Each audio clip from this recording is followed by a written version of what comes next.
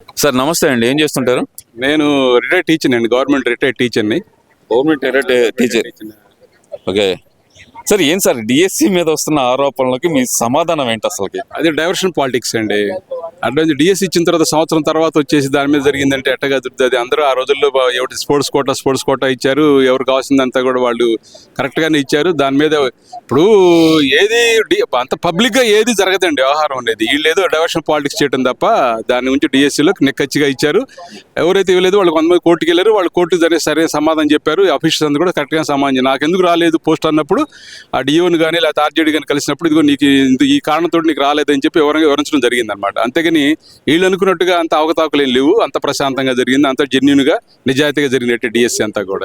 లేదు సార్, ఇక్కడ వాళ్ళు అంటుంది ఏంటంటే 16,547 పోస్టులు వదిలేరు, దాంట్లో మొత్తం దోపిడీయే జరిగింది. ఒక్కొక్క ర్యాంకర్ దగ్గర ఒక ర్యాంక్ రిలీజ్ చేయడానికి 15 లక్షలు వసూలు చేశారు అనేది ప్రధానంగా వస్తున్న ఆరోపణ. అది చాలా ఇంపాసిబుల్ అండి అసలు. అది ఎవరు ఇచ్చిన ఎవరిని ఒకరన్నా బయట రమ్మనండి, ఎవరన్నా 15 లక్షలు ఇచ్చాను పలానోడికి అని చెప్పాను ఒకరు బయట రమ్మనండి. అక్కడ ఏమీ జరగలేదు, అంత లంచాలు నేను 90 డిఎస్సి రాసామండి మేమందరం కూడా. అంతా జరిగినప్పుడు డిఎస్సీలు అన్ని కూడా టీడీపీ గవర్నమెంట్ ఎక్కువ జరిగినాయి, అన్ని కూడా నిక్కచ్చిగా నిబద్ధంగా జరిగినాయి. దాని నుంచి ఎటువంటి అవినీతికి తావులేదండి డిఎస్సీలో మాత్రం. మరి ఎందుకని ఇప్పుడు డిఎస్సి మీద టార్గెట్ చేయాల్సినంత అవసరం ఏమొచ్చింది? ఇప్పుడు డిఎస్సి అభ్యర్థులు కూడా ఎవరైతే రాశారో వాళ్ళు కూడా వెళ్ళి జగన్మోహన్ రెడ్డి గారిని గెలవడం జరిగింది. వాళ్ళకి నేను సహాయం చేస్తానంటూ ఆయన మాట ఇవ్వటం కూడా జరిగింది. మరి ఎవరికైతే మార్కులు రాలేదో, ఎవడైతే టెస్ట్ రాలేదో వాడు కూడా ఇది ఆశావహం నాకు వచ్చేదేమో అనే ఉద్దేశంతో వీళ్ళందరూ అప్రోచ్ అయిపోయి నాకు రాలేదండి అని చెప్పి వాళ్ళు ఏదో చెప్పుకుంటా ఉన్నారు. వాళ్ళ బాధ అంతా వాళ్ళకి అట్లా అంటే సిచ్యువేషన్ ఎక్కడా కూడా అవినీతి తావు లేదండి. పబ్లిక్గా జరిగే వాటిలో ఎక్కడ కూడా అవినీతి తావు లేదు. డిఎస్సి మాత్రం నెక్కచ్చిగా నేను గవర్నమెంట్ స్కూల్ ఇక్కడే ఉన్నాను. అభ్యర్థులంతా కొంతమంది కలిశారు, నాకు వచ్చిందండి అని చెప్పారు. అందరూ హ్యాపీగానే ఫీల్ అయ్యారు. ఎవరు నాకు తెలిసినటువంటి వాళ్ళు ఎవరు కూడా మేము డబ్బులు ఇచ్చామని కూడా ఎక్కడా కూడా ఏం మాట్లాడలేదండి. ఎవరు అంతా కూడా నాకు జెన్యున్గా నాకు మెరిట్ లిస్ట్ ప్రకారం వచ్చిందని చెప్పి చాలా మంది చెప్పారు అనమాట. అంటే ఒక పక్క నుంచి విద్యాశాఖ కమిషనర్ గారు కూడా చాలా క్లియర్గా చెబుతున్న సందర్భంలో అయినా ఇంకా దీని మీద ఆరోపణలు మానుకోలేకపోవడం, అసలుకి నారా లోకేష్ గారు అసలు ఎందుకని బయటకు రావట్లేదని క్వశ్చన్ చేయడం, అసలు దీన్ని ఎలా చూడాలంటారు? ఎందుకు బయట రాకుండా ఎక్కడ ఉంటాడు ఆయన? మొన్న మహారాష్ట్ర వెళ్ళాడు, ఇప్పుడు రష్యా వెళ్ళాడు, బయట రాకుండా ఇంట్లో దాక్కోవట్లేదుగా. కొంతమంది ముఖ్యమంత్రులు కనుక దాంట్లో ఉన్నట్టుగా ఏమి ఉండలేదు. ఆయన పబ్లిక్ బ్రహ్మాండం తిరుగుతున్నాడు, అందరు తిరుగుతాడు, దేశం తిరుగుతూనే ఉన్నాడు, ప్రతి ముఖ్యమంత్రిని కలుస్తున్నాడు, ఆయన అభివృద్ధి కోసం పాటుపడతానే ఉన్నాడు. అర్థమైంది. అంతే చెప్తే ఆయన ఆడ దాక్కున్నట్టు దాఖలాలు లేవే, దాక్కున్నట్టు ఎక్కడ దాఖలాలు మీడియాని ఫేస్ చేయలేకపోతున్నారు. ఆయన డిఎస్సి మీద మీడియాని ఫేస్ చేయలేకపోతున్నారు. ఎందుకు ఫేస్ పెట్టి మామూలుగా చెప్తున్నాడుగా, వచ్చినప్పుడు ఏం జరగలేదు, అంత ప్రశాంతంగా జరుగుతుంది అని చెప్తా ఉన్నాడు కదా. ఎక్కడ మీరు ఎప్పుడే కలిసారు ఇప్పుడు లోకేష్ వీళ్ళందరూ కూడా ఏం కలవలేదుగా. ఎవరు వచ్చి మీడియా ముందు అట్లా వస్తున్నాడు, మీడియా ముందు బాగా వస్తున్నాడుగా, సమాధానం చెబుతున్నాడుగా. వీళ్ళంతా ఎంత జస్ట్ ఏం లేదు సార్, అంత డైవర్షన్ పాలిటిక్స్, దాంట్లో ఏమీ లేదు. డైవర్షన్ పాలిటిక్స్ తప్ప ఏదో ఒకటి మసిపూసి మారడికాయ చేయడం అనేది వీళ్ళకి అలవాటు అయిపోయింది. అందువల్ల ఏదో రకరకాల రాద్ధాంతం చేస్తున్నారు తప్ప అక్కడ ఏమీ లేదు. డిఎస్సి అంత మాత్రం నిక్కచ్చిగా జరిగింది అనమాట. దాంట్లో పేకాటలో ఫస్ట్ ప్రైజ్ వచ్చిన వాళ్ళకి కూడా ఏదైతే కనుక మామూలుగా స్కూల్ పిఈటి పోస్టులు అమ్ముకున్నారు కూటమి ప్రభుత్వం అనేది పేరు నాని గారు కానీ వైసీపీ నాయకులు అంటే బ్రిడ్జ్ గేమ్ ని కూడా పేకాటలోకి చేర్చిన సంగతి ఎలా చూడాలంటారు దీన్ని?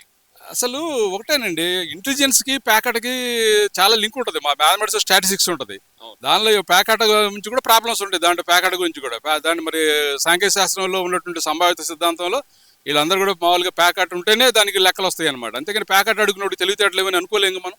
అర్థం. ప్యాకెట్ అడుగు కూడా వాడి తెలివితేటలు వాడుకుంటే వాడు ఎగ్జామ్ అనగానే వాడు రైడ్ మొదలు పెడతాడు. ఎగ్జామ్ రాశారు కదా, రాసిన వాళ్ళకే ఎగ్జామ్ ఇచ్చారు, కానీ రాయన వాళ్ళకి ఎవరికి తెలియదు కదా ఎగ్జామ్ ఉద్యోగం కూడా. అందరు రాసిన వాళ్ళకే ఇచ్చారు ఉద్యోగం అంతా. రాసి దాంట్లో మెరిట్ లిస్ట్ ప్రకారం ఉద్యోగం ఇవ్వడం జరిగింది.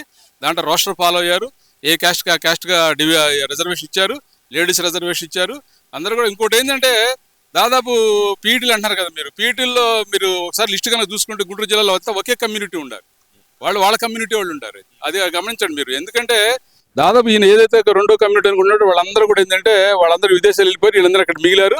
ఆ దాదాపు 5 పోస్టులు అయితే చెప్పారు మొన్న, అయితే చెప్తే అందరూ కూడా దాదాపు ఒకే కమ్యూనిటీ ఉండారంటే వాళ్ళందరూ ఈ పీఈటీ ట్రైనింగ్లు అయిపోయి ఉద్యోగాలు వెయిట్ చేస్తున్నారు. వాళ్ళందరూ టెస్ట్ రాశారు, వాళ్ళ మెరిట్ ప్రకారం వాళ్ళకి అందరూ ఉద్యోగాలు వచ్చేసినాయి అనమాట. అంతపితే ఎక్కడ కూడా దానికి ఏం లేదండి అసలు ఎక్కడ కూడా అడుగున్నాడు. ఇప్పుడు వాళ్ళు ప్రధానంగా చేస్తున్న ఆరోపణ ఏంటంటే గనక దీని మీద నేను అధికారంలోకి వస్తే గనక దీని మీద విచారణ చేస్తాను, సిబిఐ విచారణకు నేను ఆదేశిస్తానని చెప్పి జగన్మోహన్ రెడ్డి గారు. అసలు ఇట్లాంటి సిబిఐ విచారణ ముందు అసలు దాని సంగతి ఆలోచించండి సార్. వాళ్ళ బాబాయ్ని చంపినాడు సిబిఐ విచారణ, దాని సంగతి ఆలోచించండి. 5 ఏళ్ళు అధికారంలో ఉండగానే వాళ్ళ బాబాయ్ని చంపినాడు సిబిఐ విచారణ అన్నాడు ముందు, తర్వాత సిబిఐ విచారణ లేదన్నాడు, అరెస్ట్ చేయకు వస్తే పోలీసులు భయపెట్టాడు. ఇవన్నీ దాని గురించి ఆలోచించండి. అంతేగాని మీ బాబాయ్ని చంపినాడు 5 సంవత్సరాల పాటు నువ్వు ప్రభుత్వ అధికారంలో ఉండగానే కనుక్కోలేకుండా నువ్వు ఇంకా ఎదురుల మీద ఆరోపణలు చేస్తాం, ఇంకా దీని మీద సిబిఐ విచారణ చేస్తాడు అంటే డిఎస్సీ మీద కూడా సిబిఐ వాళ్ళు వస్తారు. డిఎస్సీ కూడా వాళ్ళు సిబిఐ వాళ్ళు తలపట్టుకున్నారు, ఎన్ని విచారణ చేయాలి అర్థం కాక. అంతేని డిఎస్సీ ఇవన్నీ కూడా డైవర్షన్ పాలిటిక్స్ సార్, ఆయనకి ఏమి చేతగాక. ఇప్పుడు డైవర్షన్ పాలిటిక్స్ చేయాల్సినంత అవసరం ఏముందంటారు? ఇదే పరిస్థితి, మసిగుడ్డు చేసి గుడ్డగాసి మీద వేయటం అనమాట. అది అంత ఇది ఇప్పుడు ఏదో ఇష్యూ ఉంటుంది, దాన్ని డైవర్ట్ చేయడం కోసం ఏదో చెప్తుంటారు అనమాట పరిస్థితి అనమాట. అది అంత తప్పితే ఏమీ లేదు సార్. అంతా కూడా అసలు డిఎస్సీ మీద ఎటువంటి ఆరోపణలు, వీళ్ళు ఊరక ఆరోపణ చేయడం తప్ప ఎక్కడ కూడా ప్రూఫ్ తీసుకురమ్మనండి. ఎక్కడ ప్రూఫ్లు లేవు, వాళ్ళకి ఉండవు, ప్రూఫ్లు ఉండవు వాళ్ళకి అంతా కూడా, ఎందుకంటే నిక్కచ్చికి ఇచ్చారు కాబట్టి. అంటే ఇప్పుడు గతంలో అసలు డిఎస్సి మెగా డిఎస్సి ప్రకటిస్తానని చెప్పి జగన్మోహన్ రెడ్డి గారు హామీ ఇచ్చారు, అది అమలు చేయలేకపోయారు. అయినా సరే ఇప్పుడు ఆయన డిఎస్సి మీద నేను పోరాటానికి సిద్ధం, వీరి పోరాటాలకు సిద్ధం అవుదాం అంటారు. అదే చెబుతుండే కదా, ఆయనకి చేత కాదు, చేసేవాళ్ళ మీద ఇట్లాంటివి వేస్తుంటాడు అన్నమాట. అది అర్థమైంది. డిఎస్సి ఎందుకు పెట్టలేప్పుడు 5 సంవత్సరాల పాటు నువ్వు చేసావు కదా, ఇప్పుడు నువ్వు 5 సంవత్సరాల పాటు ముఖ్యమంత్రిగా ఉన్నప్పుడు మావిగాని ఎందుకు నువ్వు ప్రపోజ్ చేయలేదు? అప్పుడు మరి 32,000 ఎకరాలు అన్నప్పుడు బ్రహ్మాండంగా ఉంటుందని చెప్పి అసెంబ్లీలో మాట్లాడావు కదా, 32,000 సరిపోయింది, బాగుంటుందని చెప్పావు కదా. మరి తర్వాత ఎందుకు వచ్చావు ఇట్లా డైవర్ట్ ఎందుకు అయ్యావు నువ్వు? అది తర్వాత వీళ్ళందరూ అమరావతి బిల్లు తీసుకురాగానే మావిగా నేను చెప్పి పై నుంచి కింద తీసుకొచ్చి మావిగా ఎట్ట సాధ్యం అవుద్ది అసలు? అది ఎవడన్నా సరే కూడా చెబుతున్నారు కదా సార్, జగన్మోహన్ రెడ్డి గారు నిన్న కూడా ఉండవల్లి రైతులతో చెబుతుంది ఏంటంటే, నేను మావిగాని ప్రతిపాదన పెట్టాను, అది ఒప్పుకోలేకపోతున్నాడు చంద్రబాబు నాయుడు, తన దోపిడీ కోసం ఒప్పుకోలేకపోతున్నాడు అంటారు. దేవతలు ఉన్నారు, రాక్షసులు ఉన్నారు సార్. అర్థమైంది. రాక్షసులు ఒకవైపు ఉంటారు, దేవతలు ఒకవైపు ఉంటారు, రాక్షసులు కొంతమంది ఉంటారు, వాళ్ళని కూడా సపోర్ట్ చేస్తారు. అర్థమైంది. ఇప్పుడు ఎవడైనా సరే ఇప్పుడు మటర్ చేస్తాడు, మటర్ చేసిన తర్వాత మటర్ చేసేవాడు కూడా లాయర్ వాదిస్తాడు కదా. అర్థమైంది. మటర్ చేస్తాడు. ఇప్పుడు మాకు జగేష్ కాదులో ఉంది, ఒక అమ్మాయిని నరికారు, పబ్లిక్ గా వచ్చి చంపేశాడు, వాడిని వైపు కూడా వాదించేవాళ్ళు కొంతమంది ఉన్నారు. వాడు మటర్ చేసే సంగతి తెలుసు కదా. అట్లాంటి వాళ్ళు ఇట్లాంటి వాళ్ళు అనమాట పరిస్థితి అనమాట. అది అర్థమైంది. మంచి వాళ్ళు వైపు ఉంటారు, చెడు వాళ్ళు ఇప్పుడు చెడు వైపు ఈయనకి వెళ్ళి ఉండారు, వాళ్ళందరూ వచ్చేసారు. ఇప్పుడు అర్థమైంది. 32,000 ఎకరం అప్పుడే 32,000 ఎకరం అన్నాడు, ఇప్పుడు మళ్ళీ వచ్చేసరికి కాదు 400 సరిపోయింది అంటాడు. ఎట్లా సాధ్యం అవుతుంది అసలు? ఇది అర్థమైంది. ఇప్పుడు హైదరాబాద్ లో కొన్ని నేషనల్ ఇన్స్టిట్యూట్స్ ఉన్నాయి, వాటి అందరికి 200 ఎకరం 300 ఎకరం అంతా హైదరాబాద్ పోయి చూడండి ఒకసారి ఎన్ని ఇన్స్టిట్యూట్స్ ఉన్నాయి, వాళ్ళందరికీ మరి ఇచ్చారు కదా. అంతటి నగరం కట్టాలంటే 30 సంవత్సరాల పాటు మనకు రాజధాని ఉండదు అంటున్నారు కదా. పట్టుద్ది సార్, 30 సంవత్సరాలు పట్టుద్ది. ఒక అభివృద్ధిని మనం 150 గజాలు ఇల్లు కట్టాలంటే సంవత్సరం పట్టుద్ది సార్. అట్లాంటిది 30,000 ఎకరాలు రాజధాని కట్టాలంటే ఎన్నేళ్ళు పట్టుద్ది? అంతా నైట్ డెవలప్ అవుతుంది ఏమన్నా, ఏదైనా మాయల మంత్రాలు ఏమైనా ఉన్నాయా? ఇప్పుడు ఎవడైనా ఇల్లు కట్టుకోవాలంటే 150 గజాలు ఇల్లు కట్టాలంటే 1 సంవత్సరం పడుతుంది వాడికి. అట్లాంటిది మరి రాష్ట్రానికి రాజధాని డెవలప్ చేయాలంటే ఎంత టైం పట్టుద్ది? టైం టేకింగ్ జరుగుద్ది. ఒక్కోసారి టైం టేకింగ్ పట్టుద్ది. 10 ఏళ్ళు కాదు, 30 ఏళ్ళు కాదు, 20 ఏళ్ళు. అప్పుడు హైదరాబాద్ డెవలప్ 40 ఏళ్ళు పట్టింది.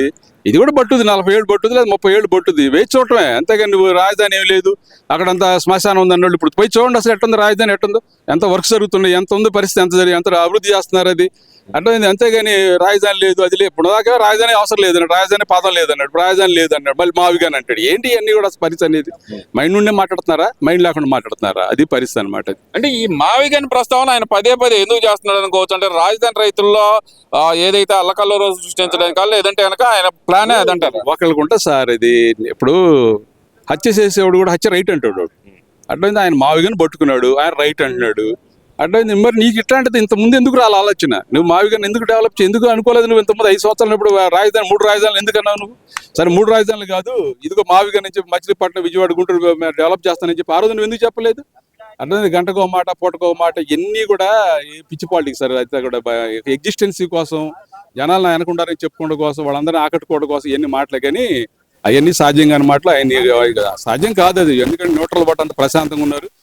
అందరూ టీచర్లు అందరూ కూడా హ్యాపీగా, అంత గవర్నమెంట్ ఉద్యోగులకు చాలా ఎందుకు ఇది పిఆర్సీ ఇలేదేనో, లేదా ఇప్పుడు మేమున్న రిటైర్మెంట్ బెనిఫిట్స్ అన్ని కూడా వచ్చేసినాయి మాకు హ్యాపీగా. మేము ఫిబ్రవరి రిటైర్ అయ్యాం. అడ్డైంది రావాల్సిన బెనిఫిట్స్ అన్ని కూడా వచ్చేసినాయి. అర్థమైంది. ప్రతి ఒక్కటి వెనక బాకీలన్నీ కూడా తీరుస్తూ వస్తున్నారు. ఇవన్నీ అయిపోగానే రేపు నవంబర్లోనూ డిసెంబర్లోనూ ఐఆర్ ఇస్తారు, తర్వాత పిఆర్సీ కూడా వేస్తారు. అర్థమైంది. పిఆర్సీ కోసం ఎదురుస్తున్నారు. అర్థమైంది. మా పాత డిఏలన్నీ కూడా బకాలే ఉండే, ఆ బకాలన్నీ కూడా తీర్చిన తర్వాత ఆయన చెప్పాడు, పాత బకాలను తీర్చిన తర్వాత నేను పిఆర్సీ వేస్తానని చెప్పి ఆయన వివరంగా చెప్పాడు. ఇవన్నీ డిసెంబర్ నాటికి అయిపోతే డిసెంబర్లో ఐఆర్ ఇచ్చేసి తర్వాత పిఆర్సీ వేస్తాడని చెప్పి ఉద్దేశంతో ఉద్యోగులందరూ కూడా ఆశావాహంతో ఉన్నారు.